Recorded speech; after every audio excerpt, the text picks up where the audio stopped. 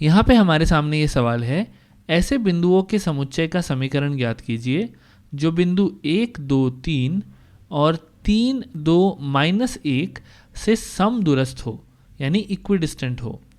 तो हमें यहाँ पे दो बिंदु दिए हुए हैं और हमें उन सारे बिंदुओं के समुच्चय का समीकरण ज्ञात करना है जो कि इन दोनों बिंदुओं से समदूरस्थ हो, यानी एक ही डिस्टेंस पे हो।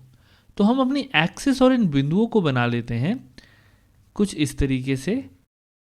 तो ये हमारे x अक्ष, y अक्ष और z अक्ष हैं, ये हमारी कोऑर्डिनेट एक्सिस है। और यहाँ पे हमने इन दोनों बिंदुओं को बना लिया है 1, 2, 3 और 3, 2, -1। तो हम यहाँ पे कहीं एक ऐसा बिंदु मान लेते हैं x, y, z। और इस बिंदु की खास बात यह है कि जितना ये इस बिंदु P से दूर है उतना ही ये इस बिंदु Q से भी दूर होगा। हम इसको ऐसा मान लेते हैं, यानी कि P और इसका बीच का दूरी, ये दूरी, और Q और इसके बीच की दूरी यानी ये दूरी बराबर होंगे। तो अगर मैं इसको नाम दे दूं A, तो हमारा PA हो जाएगा QA के बराबर। तो यहाँ पे हम दो बिंदुओं के बीच की दूरी का फॉर्मूला लगा सकते हैं। तो चलिए एक करते हैं।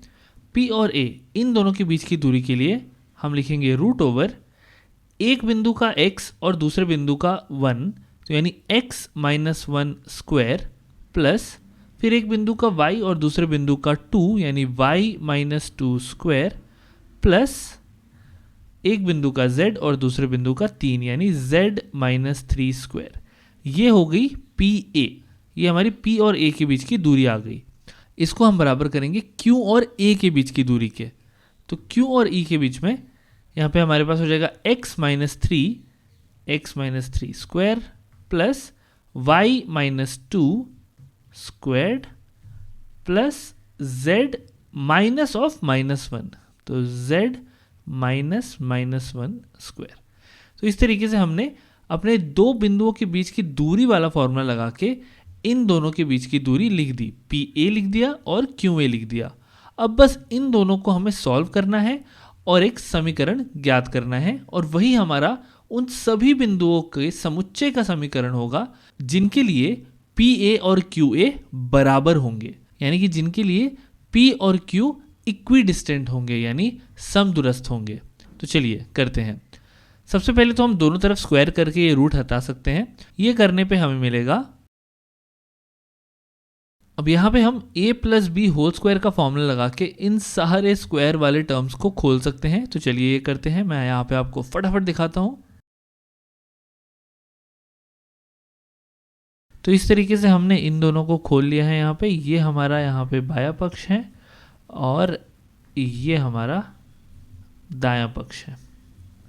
अब यहाँ पे हम जो चीज़ें कॉमन है उनको कैंसिल कर सकते हैं। ये एक्स स्क्वायर है, ये एक्स स्क्वायर है, यहाँ से जाएगा, वाई स्क्वायर भी चला जाएगा, जेड स्क्वायर भी चला जाएगा, 4 भी गया और -4y भी गया, +1 इधर है, +1 इधर है, कैंसिल करने में बहुत मज़ा आता है, तो ये भी गए, +9 भी गया, और बचा क्या?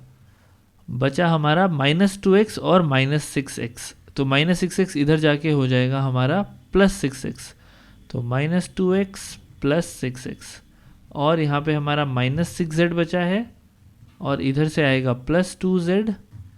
ये हो जाएगा हमारा 0 के बराबर, क्योंकि और कुछ भी नहीं बचा, सब हमारा कैंसिल हो गया।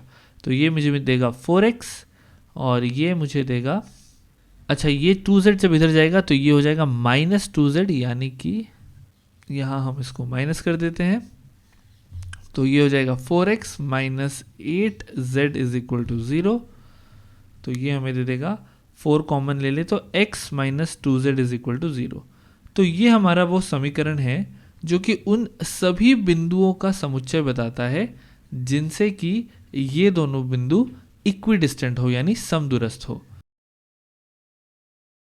तो इसका मतलब क्या है? इसका मतलब ये है कि अगर हमने यहाँ पे x की जगह मान लीजिए कोई भी एक नंबर रख दिया, मान लीजिए हमने रख लिया 1, तो z हमें क्या मिल जाएगा? 2z 1 हो जाएगा, तो z हो जाएगा हमारा 1/2, यानी कि 1, 0, 1/2, क्योंकि y हमारा कुछ भी ले सकते हैं हम, तो मैंने y को 0 ले लिया है। ये जो पॉइंट है, ये पॉइंट उतना ही दूर होगा हमारे P से जितना दूर होगा Q से, और ये हम चेक कर सकते हैं अपने डिस्टेंस वाले फॉर्मूले से। इसी तरीके से मैं ऐसे बहुत सारे बिंदु निकाल सकता हूँ। x को 2 रख के मुझे कुछ और मिलेगा, 3 लिखूंगा तो कुछ और मिलेगा, और मैं y को भी कुछ भी रख सकता हूँ। यानी कि मैं इस इक्वेशन से, इस समीकरण से ऐसे बहुत सारे बिंदु निकाल सकता हूँ जो कि इस कंडीशन को सेटिस्फाई करते हैं, PA is equal to QA, यानी कि जो कि हमारे दोनों बिंदुओं से समदूरस्थ हैं।